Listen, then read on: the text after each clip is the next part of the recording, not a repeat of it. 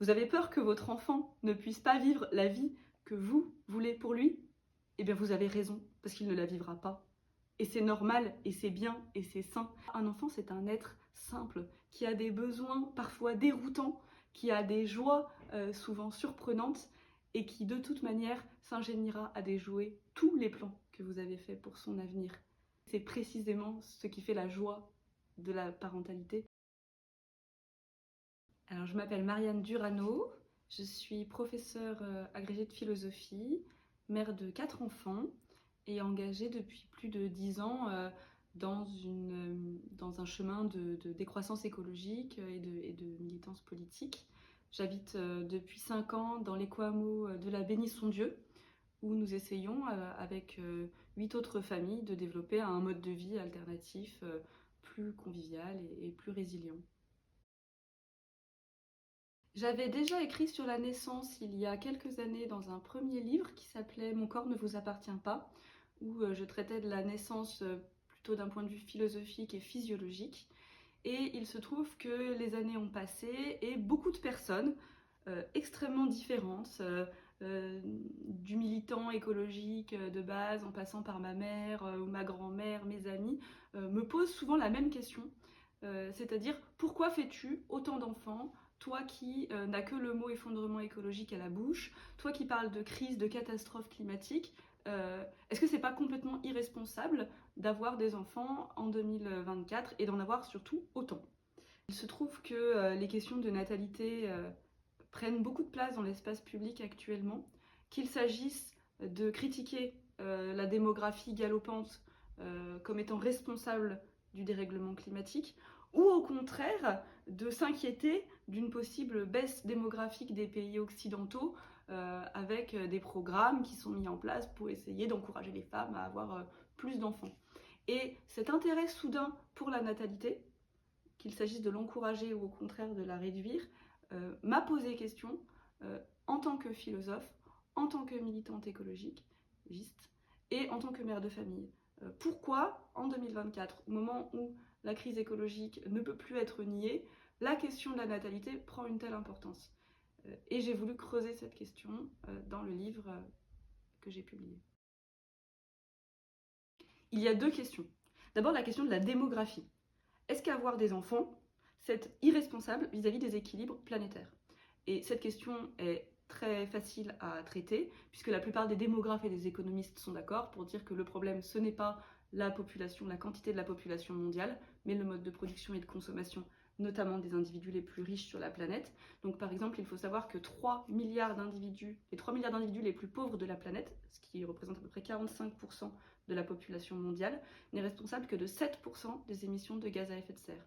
Alors qu'à contrario, les 7% les plus riches sont responsables, eux, de 50% des émissions de gaz à effet de serre.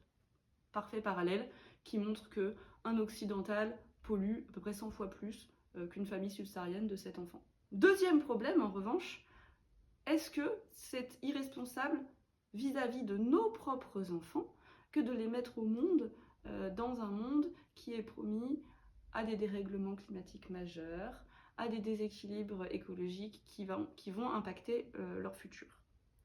Et ça, c'est cette question-là que j'ai surtout voulu prendre au sérieux en regardant dans les yeux mes enfants, mais également mes amis qui choisissent de ne pas avoir d'enfants, pour leur répondre.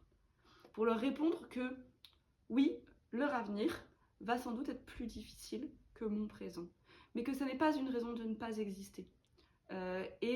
Pour cela, j'ai voulu m'appuyer sur toute une tradition philosophique qui, en fait, depuis 2000 ans, se pose la question aussi brutalement, c'est-à-dire à quoi bon vivre dans un monde où la mort existe, où la maladie existe, où les difficultés existent, et qu'est-ce qu'une vie vraiment humaine mérite, qu'est-ce qui fait qu'une vie mérite d'être vécue? Et pour ça, je pense que la tradition philosophique peut nous aider. Alors pourquoi avoir des enfants en temps d'effondrement?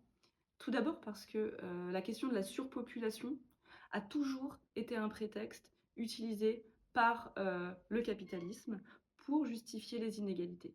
Et ça, depuis Marx.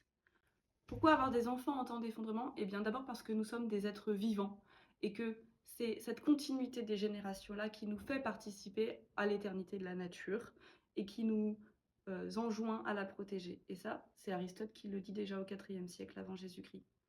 Pourquoi faire des enfants en temps d'effondrement? Eh bien parce que les générations à venir sont ceux qui donnent un sens à notre engagement politique et à l'existence même des cités humaines. Et ça, c'est Arendt qui l'écrit très bien, en pleine menace nucléaire. Pourquoi avoir des enfants en temps d'effondrement? Eh bien parce que l'existence même d'êtres humains capables d'être responsables de l'ensemble de la nature nous oblige moralement et fonde une éthique écologique vraiment humaine. Et ça, c'est Hans Jonas qui l'écrit dans les années 60. Pourquoi avoir des enfants en temps d'effondrement? Eh bien parce que justement les enfants nous permettent de remettre en question ce qu'on appelle une vie heureuse et nos standards de consommation, en voyant que finalement ce sont les plaisirs les plus simples et les joies les plus sobres qui sont les meilleurs. Et ça, c'est Épicure qui le dit IVe siècle avant Jésus-Christ, bien avant que la sobriété heureuse soit à la mode.